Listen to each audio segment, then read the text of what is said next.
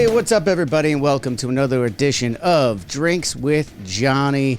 Today, I am joined by the amazing guitar player and songwriter. He's in Breaking Benjamin, easy enough for me to say, and formerly of Adelita's Way, and now has his own solo project, his second record coming out May 3rd. Keith Wallen, how the hell are you doing today, man? Dude, I'm doing great. Just back from interesting voyage on the high seas, shipwrecked. Just got back yesterday. Oh, you just got back yesterday. Okay, that's why it took a couple of weeks for us to get this pinned down. Okay, so you're out at Shipwrecked. How was the scene, man? I've never been on the boat or talked to too many people about it. So what was it like? Man, you'd love it. It's amazing. This is my third year doing it. I did it once with Breaking Ben, and last year I did it as a solo artist, and this year I was back as a solo artist with my full band. And man, it's so much fun. You think about it a little bit, and you're like, man, we're kind of trapped on a boat. We're all together, like there's nowhere to go. But man, everybody on that boat is just like amazing and so just kind and it's just a great community and a family, really. It's just a really cool thing, and I see why people just go back again and again and again. And hopefully I can get back again. It's the best. And then you're in paradise. You're like in the Bahamas or something. So it's always nice to kind of get away from the cold weather for a bit. Yeah, this time of year, you're getting down to where it's still warm. Is there what's the the attendance like? How many people are we talking about that are on this boat, and for how long? I mean, it's a few thousand for sure. I don't know the exact number, but it's a bunch. It's a full cruise for sure. And you definitely can tell that whenever it's like lunch and dinner time, because there's a bunch of people there in the line. So it's like, all right, it's a full boat, baby. Yeah, I've always been curious about that because I've never been to, as I said before, I've never been to any of these cruises. A lot of different bands are doing them now. You got the Shipwrecked one, which is kind of more of several different artists together, right, doing it. But then there's other ones where like Creed is going to be doing theirs as their reunion. And I've asked a few of the guys who've done it, and they said they love it. But I guess it's probably it's an opinion. It's each their own, I guess. Because I mean, I got to ask the question, like, I know some of your fans are going to be watching and listening to this, so you're not gonna bury them or anything. But like, what's it like with the fan interaction, being able to have your own personal time? Yeah, that's really it. The boat, I feel, for the most part, is Punisher free. It's pretty nice. I mean, everybody's there to hang out, to watch rock bands. And to see on the boat and kind of interact, and I think that's kind of the name of the game. You kind of know what you're in for. But with my experience, everybody that I've come in contact has been absolutely amazing and sweet as could be, and so supportive and so encouraging. And I think at the end of the cruise, they all the fans and all the people there, they have these note cards to kind of fill out, and there's a question, it's like, who would you like to see back? And I think a lot of these amazing peeps fucking wrote my name down last year, and so I was able to come back, and it was great. So I really don't have any complaints. It's interesting sometimes. You'll be eating, be like in mid bite, and it'll be like, hey Keith, and it's like, oh hey. That's what I got to imagine about it. And how long is it again? Is it just a week? Yeah, this one was, I think, the longest one they've ever had, and it was 7 days. Usually it's like 4 days or something, 5 days, but this one was 7 days seems like a lot. Because, I mean, again, like I'm saying, it's like the first few times, no problem. But did you ever start to get worn down a little bit? I think I was just worn down from just the lack of sleep. I don't think I'm ever worn down from fan interactions. Right. But I was just, they do these announcements like in the morning, like the crack of 8 a.m. and I'm just like, God, shut up, So then I have a hard time falling back to sleep. But other than that, man, it was because it's like a normal. So I mean, you've got a normal crew on there that's got to make their announcements. You got a captain letting everybody know what's going on. And you've probably, on tour, you get off stage and you probably don't go to bed till, 3 or 4 o'clock in the morning. But out there, you can't do that if you're getting woken up that early.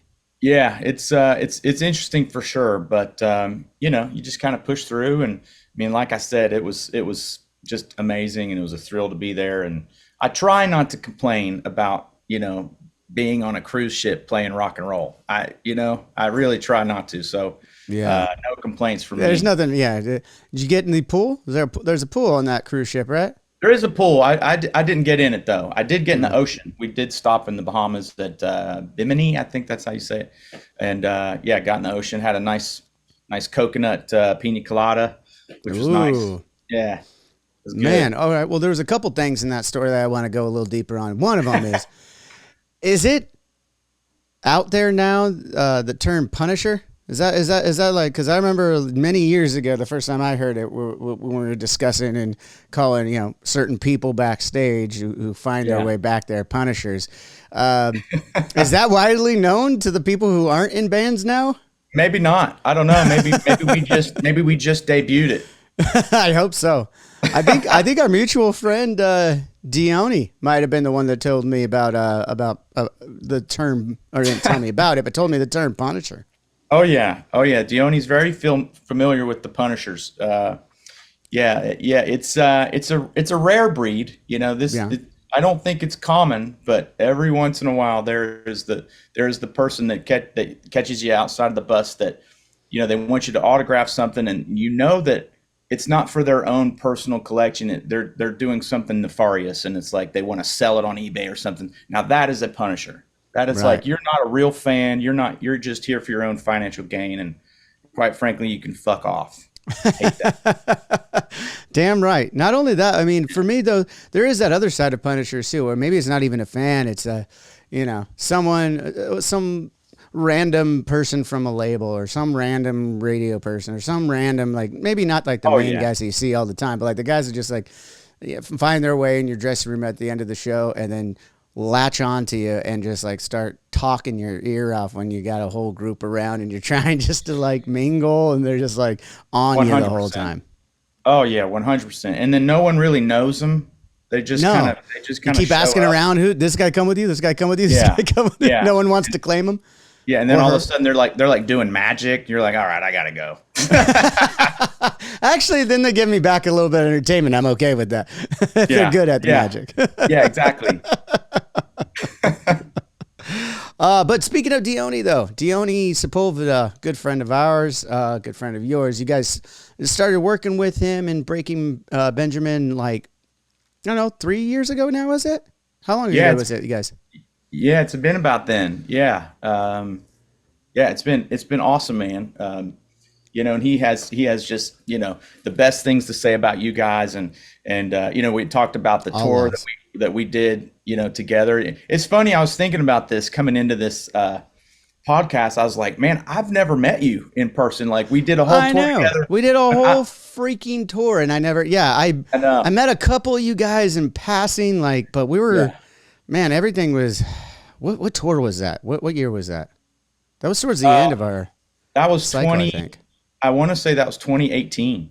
Yeah, that Uh, was towards the end of our cycle. We were, Matt was dealing with some shit, and then we had to like cancel some stuff out, not too long after that. right. So yeah, it was a little tough for us, and as you know, everyone's in work mode, out there for a lot of 100%. it. So, but 100%. And we'll and get I out there I again.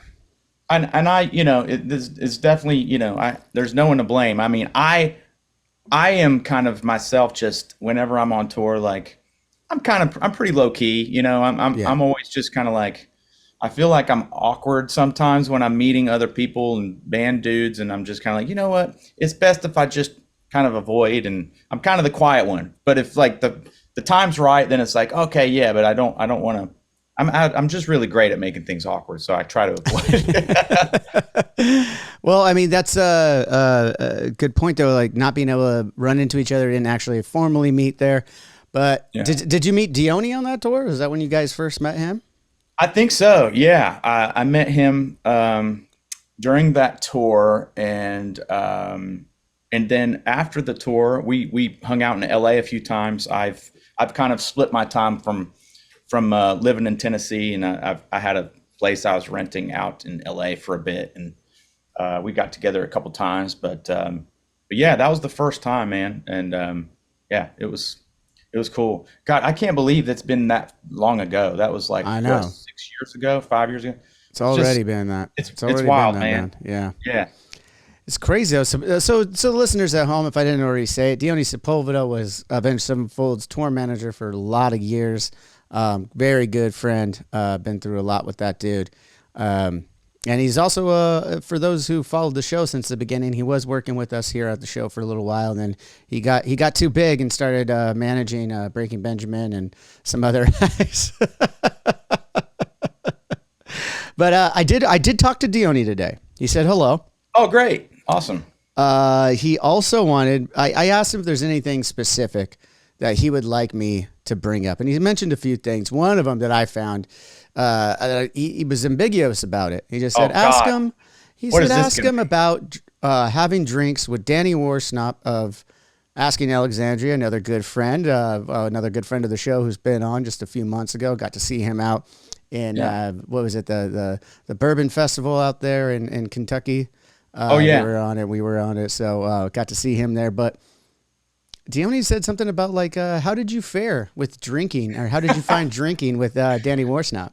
Gosh, what an interesting question. Geez, thank you, Dione, for bringing that out. Yeah, so this was the first time I'd met Danny. We played some festivals and stuff, but just I met all the other guys, but I'd never gotten a chance to meet Danny. And man, first off, the guy is just nice as could be, and just awesome. Like just positivity and just a character, man. And I was just like, man, this guy's awesome. Like I'm like, this is cool. So we all had dinner. It was me, Danny, Mel from TKO, and myself and Jerome, my manager. And yeah, we just started the night, kind of had a nice dinner, and then I remember while we were eating, and a little bit after eating, all these shots of God, what is it? Rumplemints showed up. Rumplemint.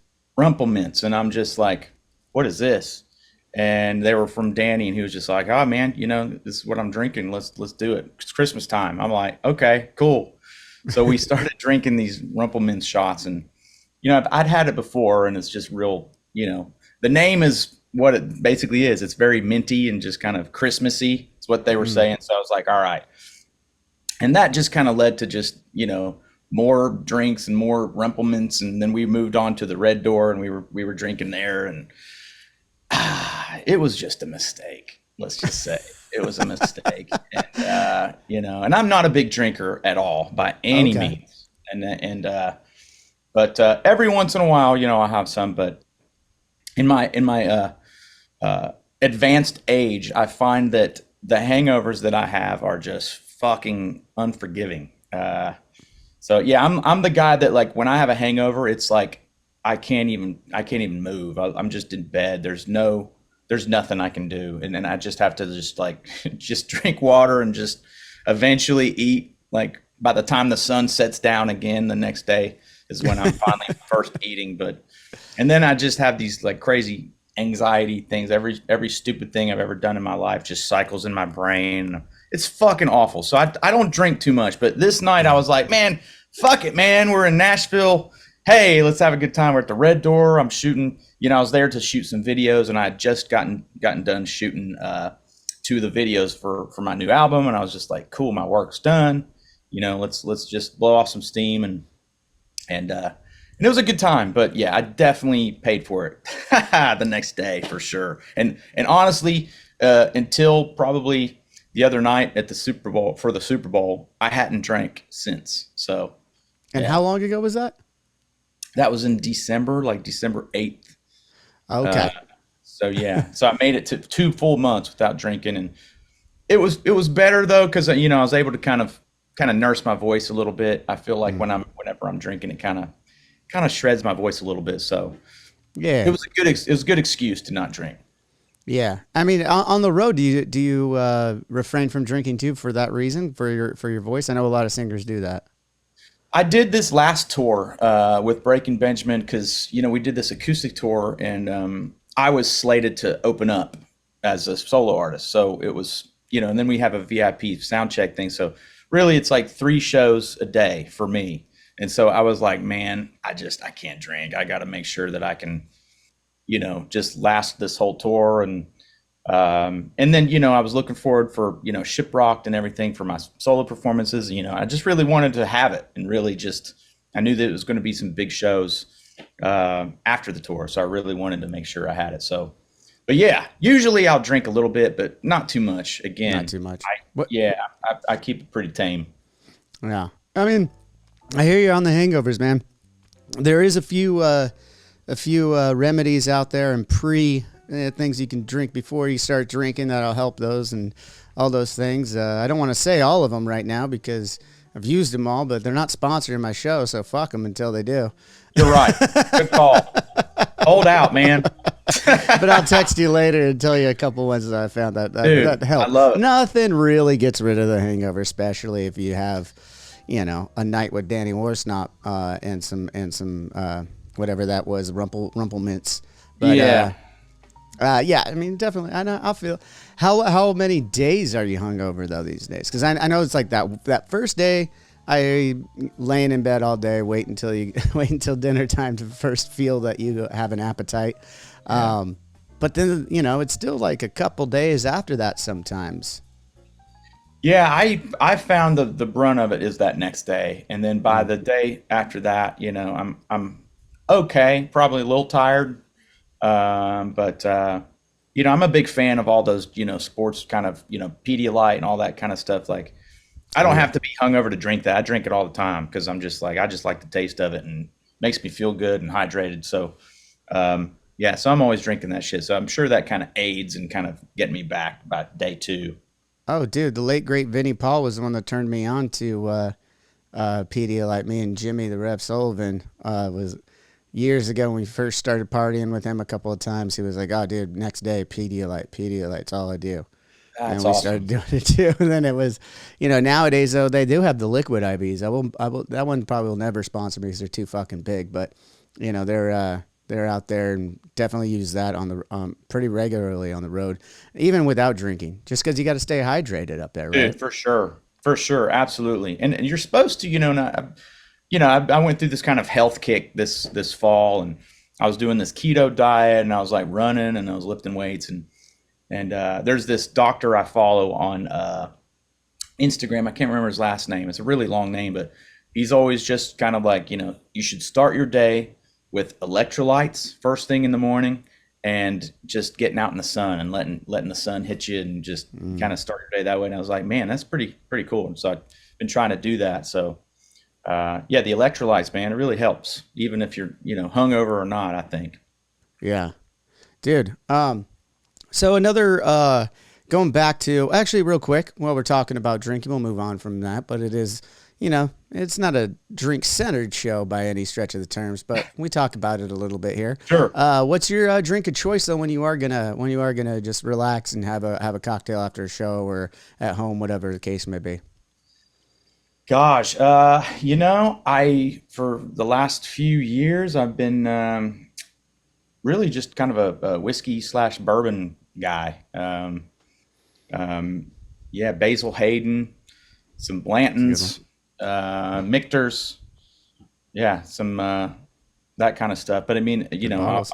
I also like a good mule, kind Okay. of in a G&T, gin and tonic. Whenever I'm at the beach with my family, we wear them out. So a nice refreshing beachy drink.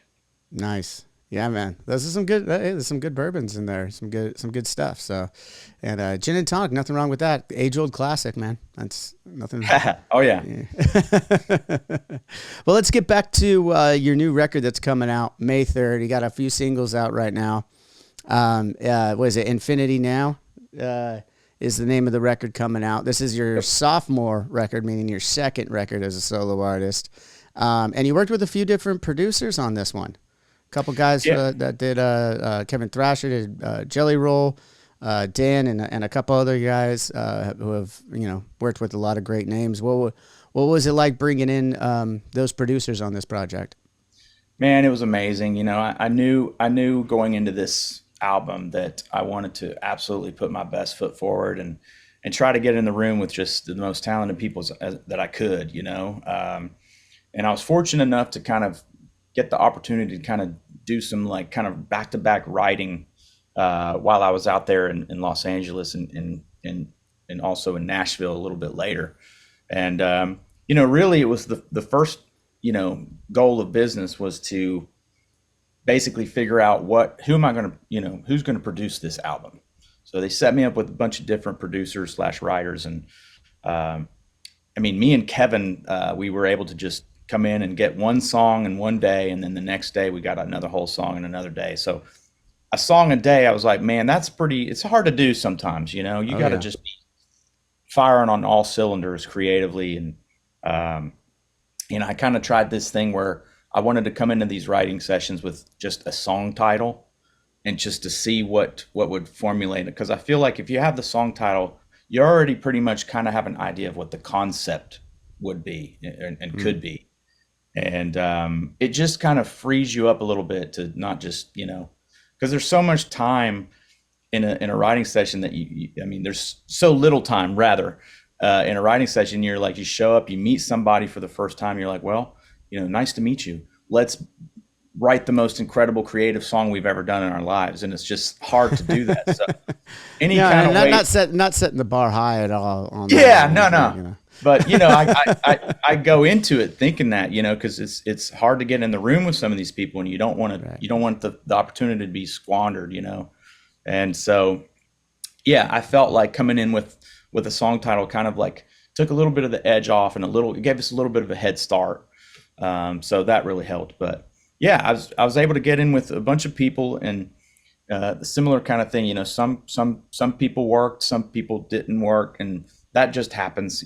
Sometimes you Right. get in, you're just like, man, I just can't think of anything, and the other person, you're both kind of just spinning the wheel in the mud a little bit, and that happens. Oh yeah. But man, I was so just grateful to all these people that gave me the time and lent their tremendous talents to my project and to my album, and I'm just forever grateful to all of them. So hopefully the next time around, I could get in with them again, and we can try to come up with some more stuff. So yeah, man, super excited. Awesome, man. Yeah, I do find that interesting. You went in with the song title as kind of a concept for it. Now, did usually you'll have your working titles, or at least the way that we work, that Yeah, kind of follow that concept. But then right. once they come to fruition, the song changes, right? The song title at least changes. Sure, Did any of that sure. happen, or did you stick to your guns on on those days and be like, that's the name of the song, and we're gonna leave it that way? Yeah, sometimes things would kind of formulate after the fact. It's like you have a start off point, and it would kind of morph into something else. But there's a few of them where the title stuck, and we were able to kind of use that title to kind of work retroactively and reverse engineer a whole song out of that. So, but yeah, a little bit of both, I would say. One thing that I really thought about was, and you might find this interesting, but I the album as a whole conceptually is about an ayahuasca trip that I had. Oh, you went out and Yeah, did the ayahuasca. When did you do this? I did. So I did it a while ago. I did it back in 2015, Oh and wow. yeah, it was a journey. It was a journey both inward and outward and every place you can imagine, spiritually, emotionally. I mean, and I'm not a big drug guy. I've never done acid, or I've done a little bit of shrooms or whatever, but nothing too crazy. But I was really just curious about this, and had an opportunity to partake, and I jumped at the chance. And all of these songs on my new album, they all have this kind of, I don't know, inspiration in relation to that. I really felt like, and it wasn't something that I intentionally went into writing about. It kind of I just looked at it kind of at the end, and was like, wow, this all ties back to all these things that I saw and experienced during this trip, Mm. and so yeah, I just kind of went with it. It all made sense, and it all just kind of, I don't know, just flowed. So That's fucking cool though. No, I do find that interesting. You're right. I will find that 2015 ayahuasca trip influences a record that comes out in 2024 is pretty interesting, right? Alone, let alone I've never done the ayahuasca trips. I've several friends. I want to at some point. Just a matter of getting the time and yeah, right frame of mind for it, and just hasn't aligned for me yet. Again, I'll emphasize the yet on it. But I understand it's quite a bit of a kind of like getting 10 years of therapy in a day or two. yeah, that's what kind of I'd heard going into it. I was just super curious. I mean, when you hear about it in the Amazon, for those who aren't familiar with it, it's basically a tea that is, it's mixed and blended together with the leaf of something and a root of something else, and it's able to kind of create DMT, which is this natural molecule that I guess your body releases whenever you're born and whenever you pass away. Mm-hmm. And this kind of harnesses this for a little bit, and you're able to kind of experience this thing in real time. And they call it medicine down there, so it is very therapeutic, I think, for a lot of people. So people make that journey down to South America to go through this ceremony. And yeah, for me though, it was just a friend of a friend brought some, and it was a shaman. She brought it to LA, and we just sat in a living room Indian style and just tripped for 9 hours in a house. Whoa. You So just sat in one room and tripped for 9 hours? yeah, all of us. And you're not supposed to interact with the other people at all. It's just like your journey is your own, and you try to, everybody had like a pot in case they were going to get ill. That's, I guess that's part That's of it. part of it is throwing up. Yeah. Yeah, the purge or whatever. You're supposed to help, exercise the trauma that you may or may not have gone through. So, And but did I you saw. did you puke? Oh, I did. I Yeah. did, Okay. but I didn't have a pot. I eventually I was like, I was just like, man, I don't feel good. So I like stood up. You're not supposed to stand up apparently. I stood up and just like hobbled to the bathroom, and and while I'm standing there, I'm kind of like, I look back and I look at everybody else sitting there. I was like, you know, psychedelic and trippy or not, I'm fucked up. I'm like, I'm like, I definitely, yeah, there's definitely something, but yeah, whatever. So I did my business or whatever, and there was like this candle in the bathroom flickering, and I was just like, it brought me back. I was like, oh, this is so beautiful. But I mean, I saw all kinds of stuff, man. I saw like a wolf's face. The very first thing I saw. I take the tea, and I'm just like, well, here we go. Here it's inside of me now. So there's Yeah. no No turn. turning back. And yeah, so I thought, how's this going to kick off? And my wife was there. She was doing it as well. And you're not supposed to interact, but I see her like about 5 minutes after I take the shot or whatever. It's just a little. It looks like Jägermeister. It's like black. Okay. Uh, and I looked at her, and she's just like upset and bawling into a pot. And I was just like, holy shit. I'm Fuck, like, that's oh got my, to be heavy right there. Just watching someone you love like that go oh through that. yeah.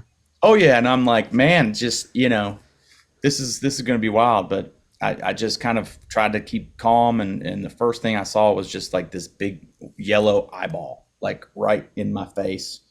And it just slowly just started to like move away from my face. And it was like just a wolf's face, just like looking at me. And that was the first thing I saw. And I'm like, where is this coming from? I don't know what this is. Why is this? So I have a song The called wolf. Wolf on my Yeah, it's album. Yeah. on the record. Yeah. Which was great because I got with these a couple writers, and these guys had this idea. And when I first heard like the beginning of this idea, and I'm just like, man, this is incredible. This is just what I saw. And so we really dove in and finished it. And I love how that song turned out. I think that's going to be the next kind of song that comes out here in about a month. But that Okay. was one. I mean, there was another one that I have called Infinity. which is kind The of like opening that. track. The opening track, right? Yeah, it's kind of like the title track ish, and it's such a cosmic thing that is what I took away from the trip. I saw all these things, but it really puts it into perspective how connected I think that we all are, Oh yeah. as humans and life forms, and there's just so much stuff happening that we don't even know, and not to get out there for a second, but it really was just kind of amazing, and I remember feeling just incredibly grateful to to have decided to do it, and so yeah, and there's bunch more stuff that I saw that kind of relates to different songs, but yeah, that was the first thing was the wolf. That's so interesting. I'll get to that in a second because there's another person that we have a mutual friendship with that kind of revolves around that wolf thing there. But I got to ask, when you say everybody that was there, your wife was there. Who else Yeah. was? How many people you got in this room?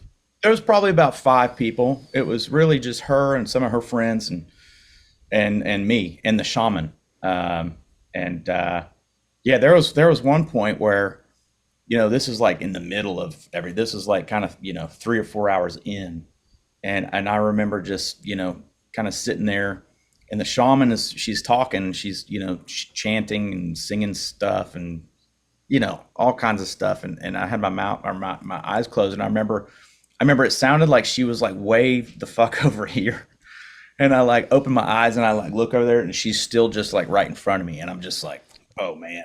I was Wow. like, yeah, it was Well, yeah. I wild. mean, you did mention the DMT, and I have tried some DMT with just like the vape pen. I haven't done like the whole 5-MeO with the Yeah. shaman or anything like that, which I understand is a bit more intense. But on a smaller level, I can say I have seen exactly what you're talking about and felt what you're talking about, where how connected we all are as a species on this planet, or Yeah. even further, just everything that makes up this planet. When you think about the elements, bring it down to such a molecular level as coding, and that's even what we can see. It's already obvious that we're all so similar.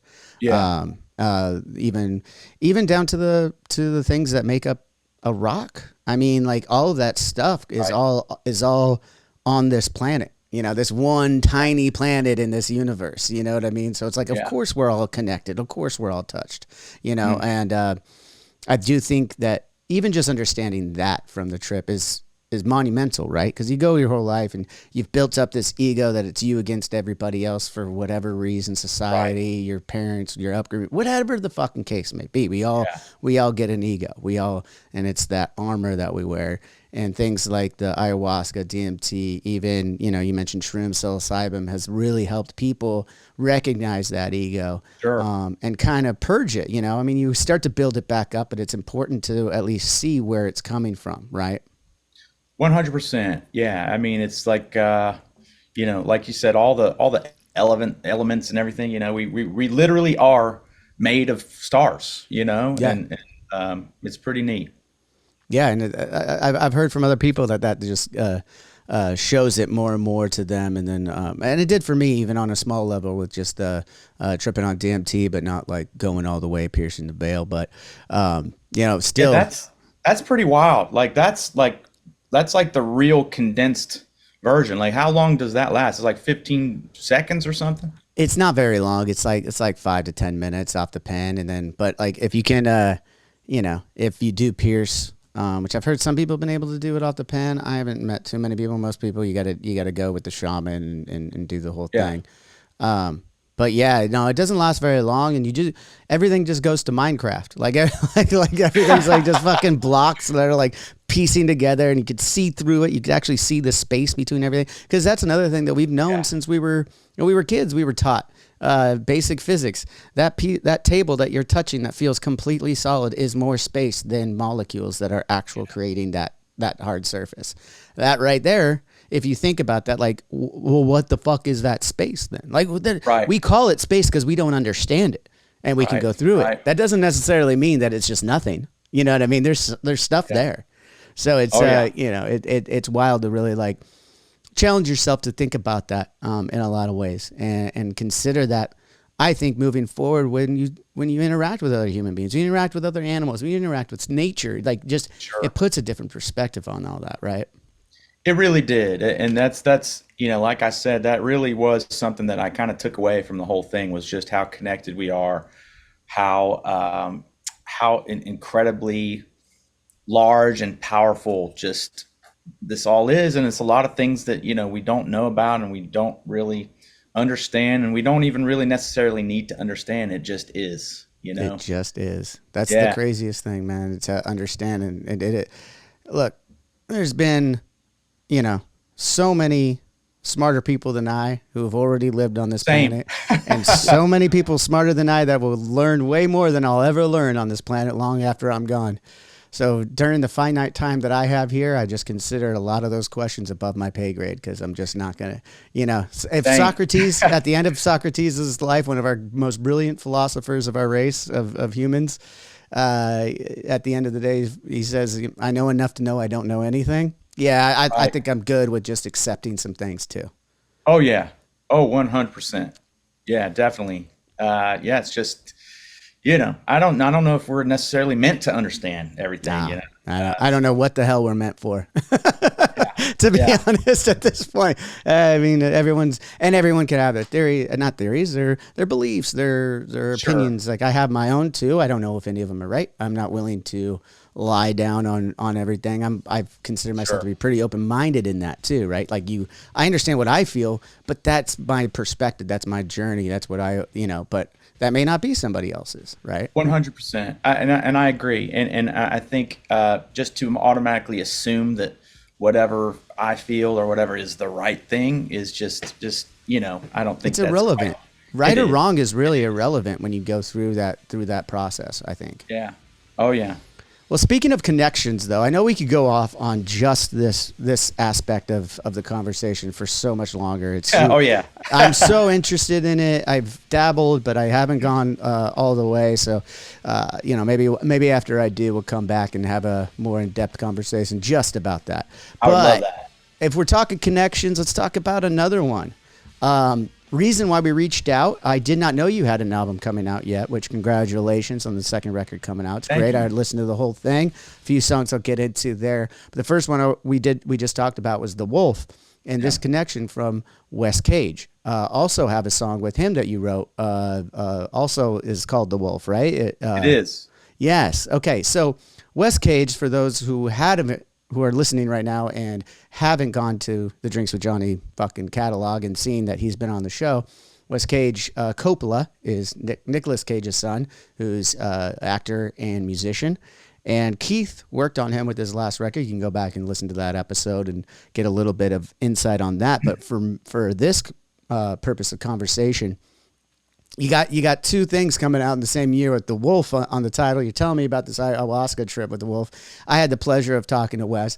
He's a great dude, definitely in tune with his spirituality, Sure. and very interesting cat. Obviously, comes from the Coppola family, famous as all hell.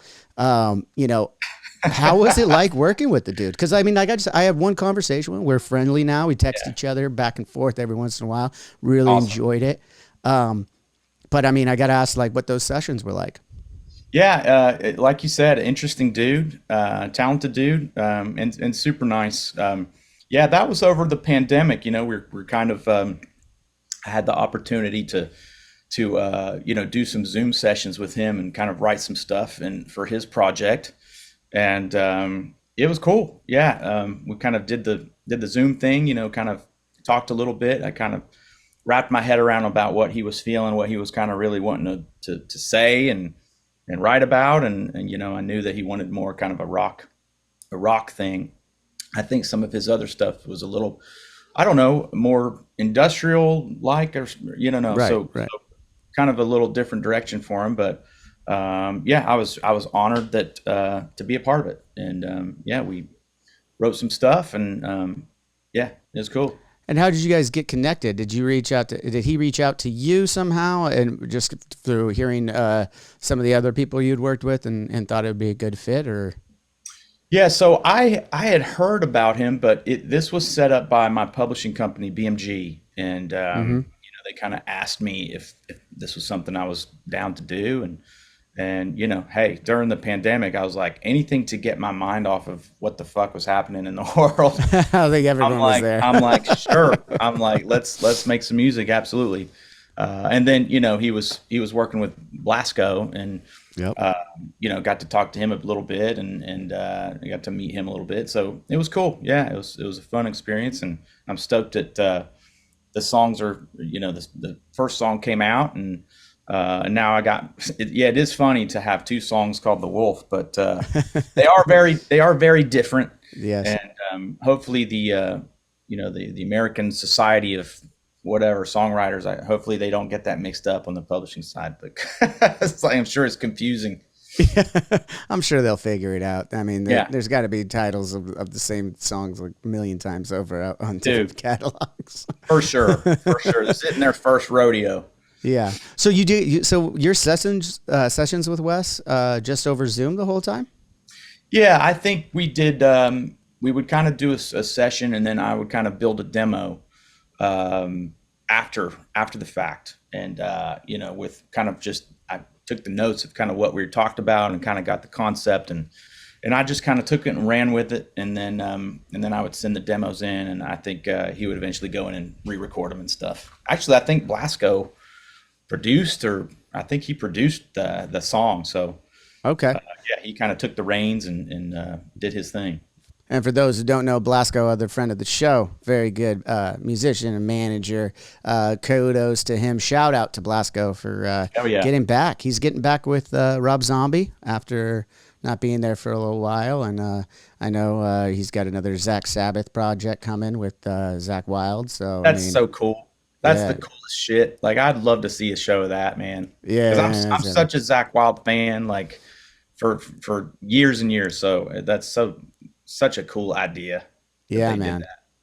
Yeah, it's really cool they've been doing that and getting back at it too. And obviously Blasco being with Ozzy for a lot of years too, and Zach is definitely cool. So shout out to Blasco. All the best wishes to him, of course. Yeah, But let's get back to a couple of the other singles you got on there right now. You got Strings was the first one, I believe, right? it is. Yeah, yeah. Strings. That was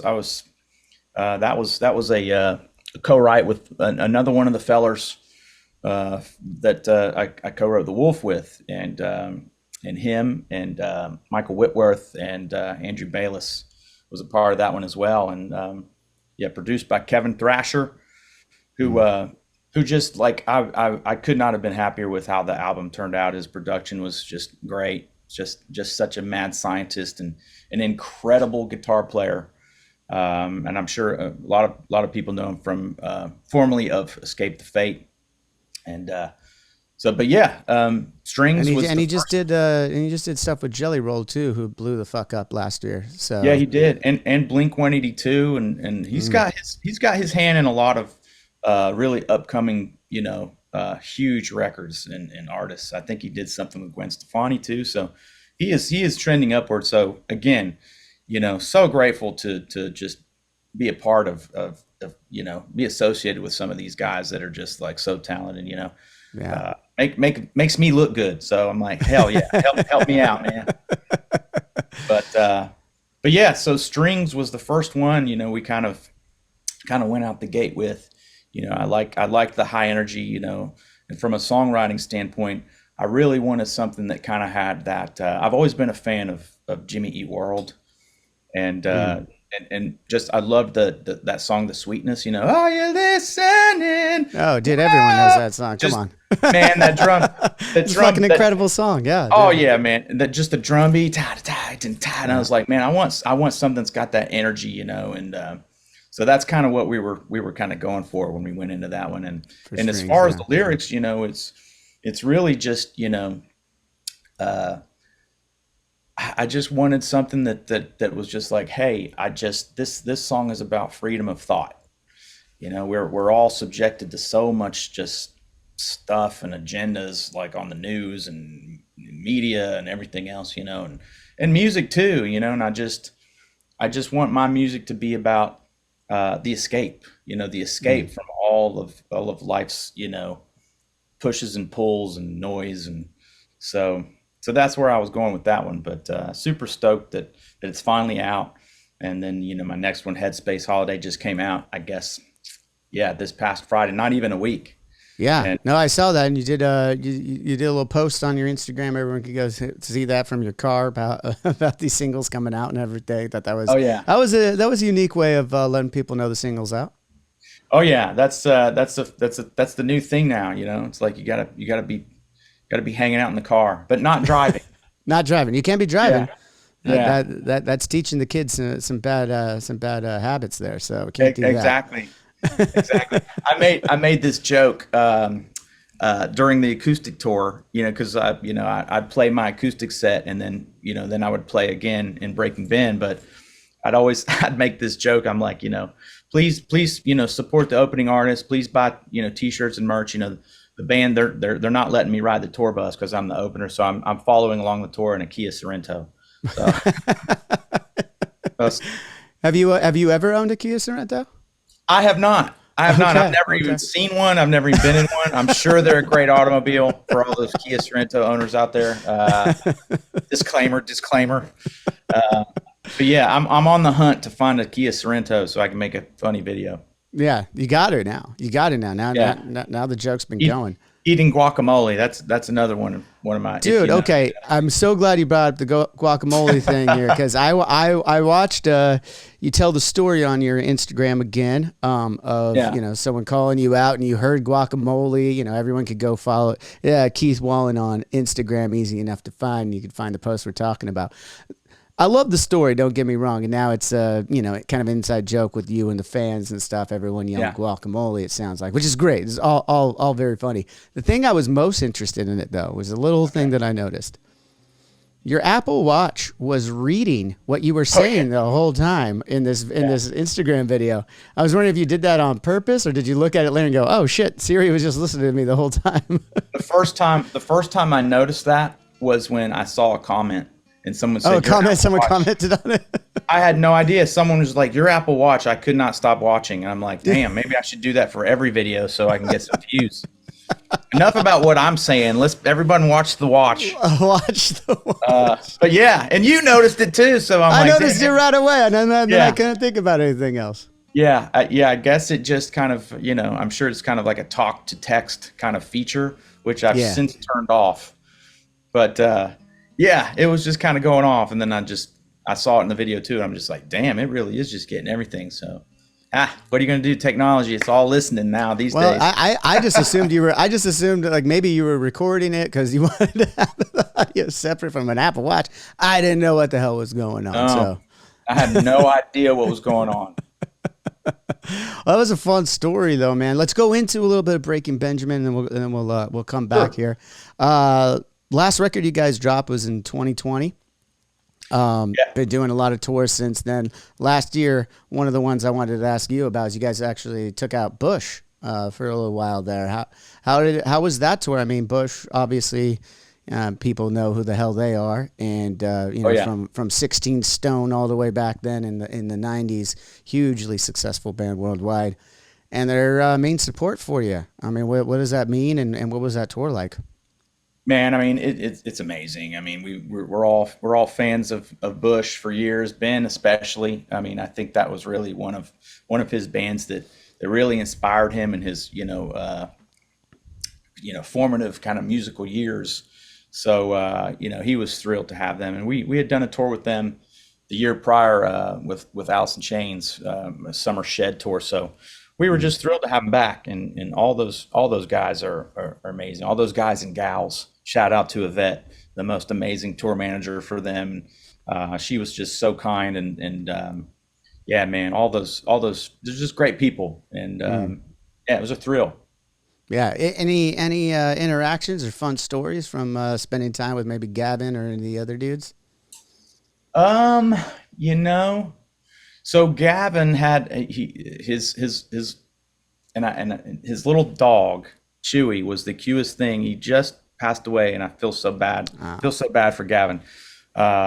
Rest in peace, Chewy. But his little dog Chewy would just kind of wander in the your dressing room and just chill with you for a minute. You're like, oh man, this is awesome. And he would just kind of, Oh yeah, everybody he would needs a come good in. tour dog, don't they? Oh Everyone needs a man, good tour dog. the best. And he would come in and just kind of like look at you and then just kind of turn around and just sit. And then you're just petting him. And then somebody would walk in and you'd just be sitting there with Chewy. It was great. What kind of dog is Chewy? Is that I'm thinking Chewy like Chewbacca. I'm thinking maybe it's got to be a I think terrier of some I kind. think Pomeranian. Oh, I think Pomeranian. Okay, I could be wrong. not a Yorkie. Yorkies get a lot of Chewbacca because of the face. So Yeah, yeah, but yeah, I think Pomeranian. right on, right on.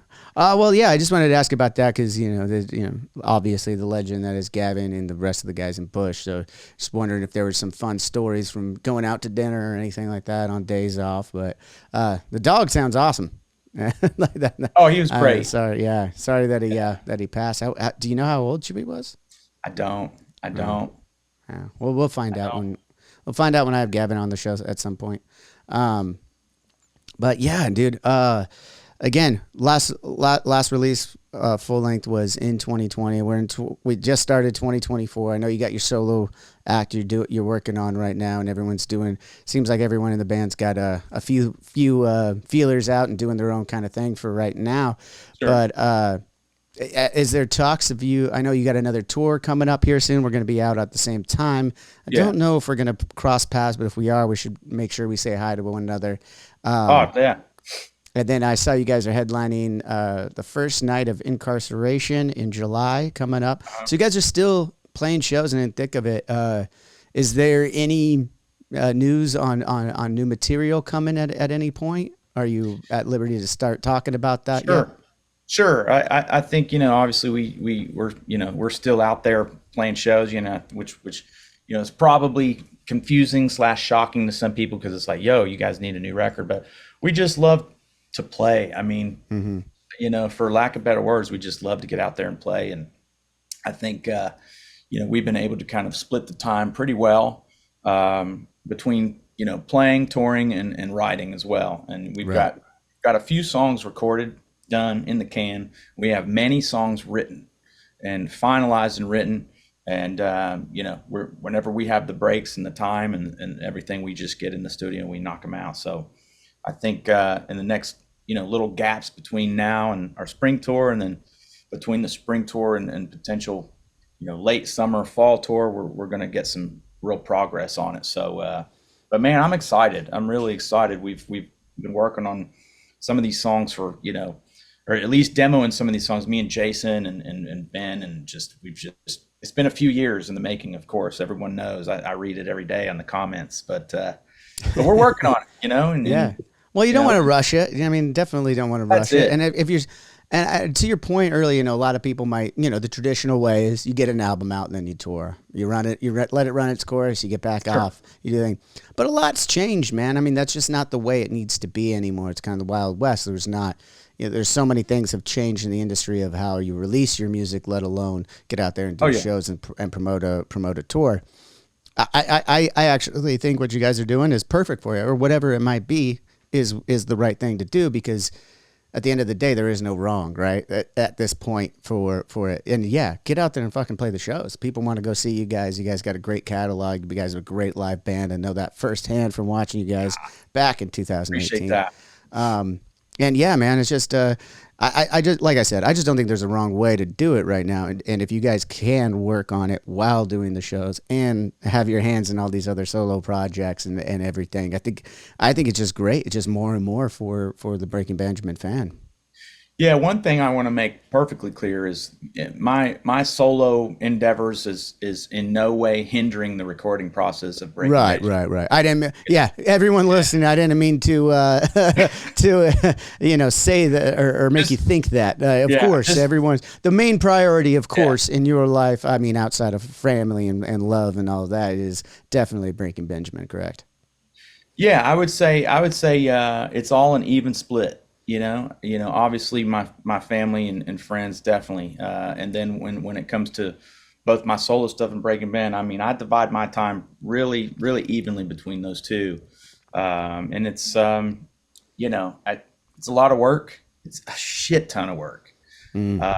Because you come off a long, grueling tour, and you've been gone for 2 months or something, and then that's my window to do whatever I can with solo stuff. So whether it be shows or writing or videos or TikTok videos or I'm like I'm always working and but you'll never hear me complain about it. I mean, I love it. You It enjoy your is. work. It's Oh, dude. yeah. I I mean, mean, it's music, man. It's what we got in for. I mean, remember when we dude, it picked up our is. first instruments just in hopes that we'd have a chance to maybe make it a hobby that we can still do when Yeah. we're old and have a day job and play on the weekends. Didn't matter. Whatever it was going to be, it was going to be Yep. music, and we're grateful and fortunate to be in the positions where we are. Where yeah, it's a lot of work, but it's the work you love, and we've gotten lucky in that.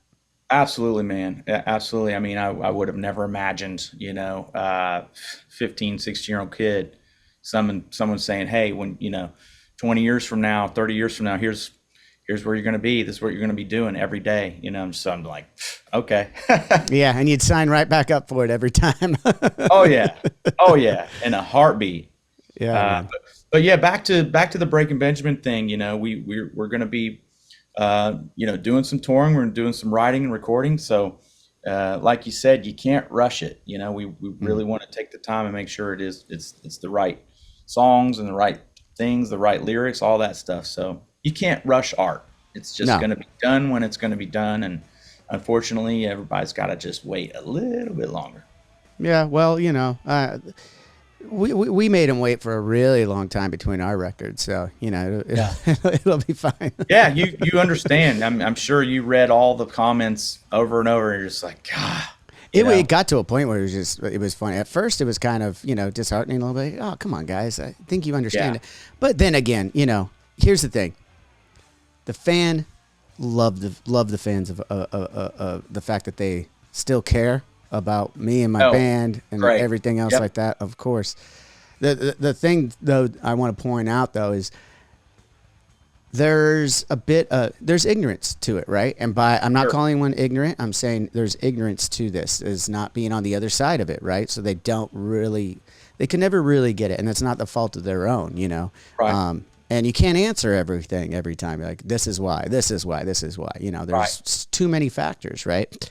Oh yeah, So at some point, at first, you're a little disheartened by it. You're like, oh, come on. We put out a post about, we were doing a lot of other cool shit. Like, we were working on our record. But we weren't just sitting around, like, just staring at each other, not working on Avenged Sevenfold over that time. We were working every day, very, very diligently on stuff. And you yeah, post about some of the other projects you've been doing with the band.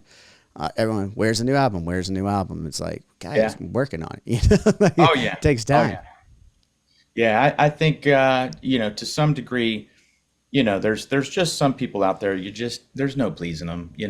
Well, there's that aspect too, Yeah, and then I mean, now those ones I don't even care about. I'm talking about the ones that do care. yeah, They are pleased most of the time. They are happy to be fans and everything. They just don't understand. And like I said, right. there's no fault in that. There's no fault It's true. in not getting it. It's just that's just the way it is sometimes. And Yeah, like there was many factors for us. I'm sure there's factors for you guys still going on. I mean one of them for us, we had a pandemic, everybody, in the middle of it.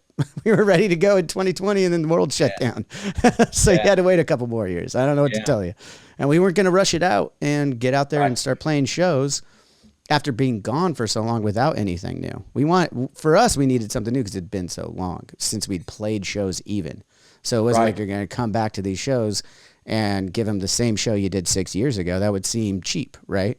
Right. So we wanted to wait until we could come back proper with it, which is the way we did it. Moving forward, I mean, again, it's the Wild West, man. There's no right way or wrong way to release music and announce a Yeah. tour. You could just maybe we won't even do another album for a long time. We'll just do EPs and singles. You don't know. I mean, a lot of groups That's are a doing real, that. yeah, that's a real thing now. Some bands are just like, nah, no more albums, just singles. So it's definitely different. And like you said, no wrong way. Music's Yeah. music. know? Music is music, man. Speaking of some music, though, and some other projects, before I let you go here, I did want to ask you about writing with Flatback and Jason Hook, formerly of Five Finger Death Punch. And I have not been able to hear these songs yet because I just heard that you had worked with them this morning from Dione. So I wanted to ask Nice. how that came to be a little bit. Maybe you could shine some light on that project and what you did to help out there.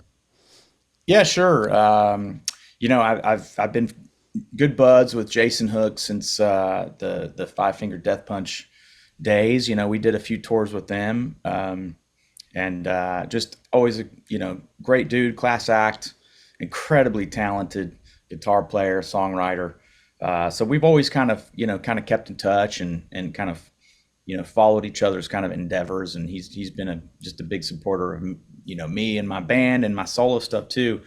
And I think there was a time there again in the pandemic where there was another opportunity to kind of like work on some music, and it was with Jason this time. And just like, man, let's do it. Let's work on some stuff. And he had a lot of song ideas that needed the top line on it, and so we got together and we worked on that. And yeah, I was able to kind of sing some demos over them, and they eventually turned into the songs that are a few of them that are recorded on their album. So, and they're starting to trickle out, and I'm like, oh yeah, I remember that one. I'm like, oh yeah, that one. So it's been cool to kind of watch that whole process, and I'm super stoked for him and his brand new band. They're coming out just all cylinders firing. So super stoked and honored to be a part of it. And yeah, just I wish my buddy the best of luck with his new guys, new band. That's awesome, man. Yeah, I'm definitely after we get off this call here, I'm definitely going to be checking out some more of Flatback because I have heard good things. So I got to get in there and see what I've been missing so far. But yeah, man, getting back out on the tours, getting back out on with the solo project. Do you have some things specifically for the solo project you want to shamelessly plug here on the show? Oh yeah, absolutely. Are Everyone. you going to be doing some show? I know, like we just talked about, next month you're going to be out with Breaking Benjamin, and then that takes us through March into April, and then this record's coming out May 3rd. So what's the plan for shows, for release parties, all that kind of good stuff that I know we got to do every time an album comes out? Yeah, yeah. The plan is just all of the above. Just really just getting out there and playing shows. Both with Breaking Band and with my solo band. And whenever there's not Breaking Benjamin, there's going to be solo stuff. Whenever there's not solo stuff, there's more Breaking Ben. That's my world for the next 2 years. So yeah, and I'll be announcing all the stuff as soon as it's kind of set and booked, and I get the ad mat and all that stuff. I'll just throw it all out there. And yeah, and I'm on all the social media, all the stuff, YouTube. Follow me on Instagram at KJ Wallen, TikTok, all that shit. Yeah, make Get sure on you guys all. go follow them and make sure you catch this release. I'm sure like I said, there'll be a listening party as usual. I would imagine. Yeah, I think so. I think that's the plan. something like that. Yeah, that's the plan. We have a maybe a tour gonna be. I might be out there, so hopefully something can be, if not then, a little bit after or before. But Cool. I definitely want to have some kind of celebration of just getting it all done and all out. It's a lot. As you know, Oh to yeah. to get an album and put it together, it's a culmination of so many hours and just years of work, creative, all the creativity, all of it. So to get that chance to finally get it out and just to kind of take a deep breath and be like, all right, my job is over. It's out to the world. It's up to everybody else to stream it and listen and enjoy, and I hope they do. And I hope Yeah. yeah, I hope a billion people hear it and love it and like it and follow it. That'd be Yes, absolutely. The billion starts right here, everybody. Go make sure you're following Keith Wallen everywhere. Real quick, last question I'll ask you and I'll let you go, though. As you were talking, you got a band that you'll be going out with the solo project. Do you already have the lineup? Do you who are the other guys that you will be playing with when you do that, or do you have that yet? So you're talking about my band or who Yeah, I'm? your band with the Keith Wallen Yeah. solo So project. so my guys are I have So Cowboy, also known as Mike Warren, he is the stage left guitar tech for Breaking Ben, who happens to just be an amazing guitar player and just like one of my best friends. It was just like the perfect guy to get to play in my I band. remember And hearing Cowboy's name thrown around on our tour. I'm pretty sure I remember Cowboy. yeah, yeah, he is a great player. That's rad, man. That's rad to bring out a tech like that too. I think like a lot of the techs are musicians that tried it out and for whatever reason, maybe by their own choices or whatever, decided to go behind and start teching for other guys. But you got to imagine a lot of them still have that bug where they want to go out and perform too. Oh man, it's been a blast. I think he's enjoying it, and it's a different thing. It's yeah, you get to play and just yeah, and not worry about so much. Just like oh my gosh, I need to tech, and so it's great. It's cool to for him to kind of Hey, and it'll also save you a buck because he'll tech himself, right? yeah, yeah, exactly, and for me too. He's Yeah. teching for you too while he did that. That's Oh awesome. yeah, yeah. Oh, It's that's it's great. great. He's triple dipping on some of this stuff. Then on that's sick. 100%. Who else you got there?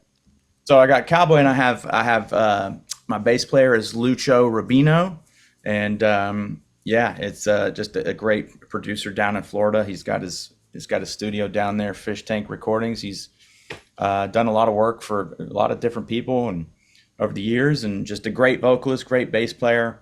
Yeah, good dude. Really good fit. I met him when I was out on the Red tour opening for them. He was kind of out with them, helping out, kind of a utility player out with them. And I Oh, was like, man, he was playing guitar, and I was like, I was like, what's your instrument? I didn't know bass was his main instrument. So I was just like, dude, this is perfect. And then to top it all off, Blake Bailey plays drums, who is really I met him and he was tour managing Lacey Sturm. He's kind of a tour manager and mm. musician, tech extraordinaire, all kinds of things, and he's just one hell of a drummer. And he fit right in, man, personality wise, everything, and just a great player. Yeah, so I just love him. I love my band. I love my other band, Breaking Benjamin. I love all my band family members. So uh, yeah, just super super fortunate, and looking forward to just hitting the road with everybody. Yeah, both in the Yeah, tour man. bus and in the van. Lots of people ask me, they're like, is it hard going, going from touring with Breaking Ben and the bus and big sheds to going back to like okay, back in the van, back in these smaller venues. And honestly, I fucking love it. I love both. Don't get me Yeah. wrong, but there's something cool about just getting in that van and just What kind you of fall. van are you going back? Old school econo van, or did you Oh upgrade yeah, to a Sprinter? no, just with this first tour we did with the solo band was just a white, just econo Ford van. Didn't even have all the seats in the back. It was like a few seats, and then just just nothing. So you could put the gear. And I mean, I actually slept there one night and like on a tire iron. Every time we'd hit a bump, the tire iron would be like ding, like right next to my head. So, Well, you man, only had to sleep in the van one night though, or a couple of times though. That's yeah. different because there was a lot of sleeping in the van when we first started out though, right? Oh yeah, and I've done all that all with my different bands over the years. I've done so much of that, so it was funny to kind of come back and yeah, experience it again. And so, but I Yeah, love it. man. You I don't know have if to I love miss. I don't know if I miss sleeping on the van. I mean, I miss things about it. I don't know. It's not okay. I miss it. I'll say that I it. because it's just such fond, nostalgic Oh yeah, memories, of course. But at this age, man, I don't know. Like sleeping on a van yeah, doesn't sound yeah. all that appealing. But I mean, I guess you said you're not generally sleeping on 'em, you're just taking it from one city to the next and then getting a hotel room. I assume, yeah.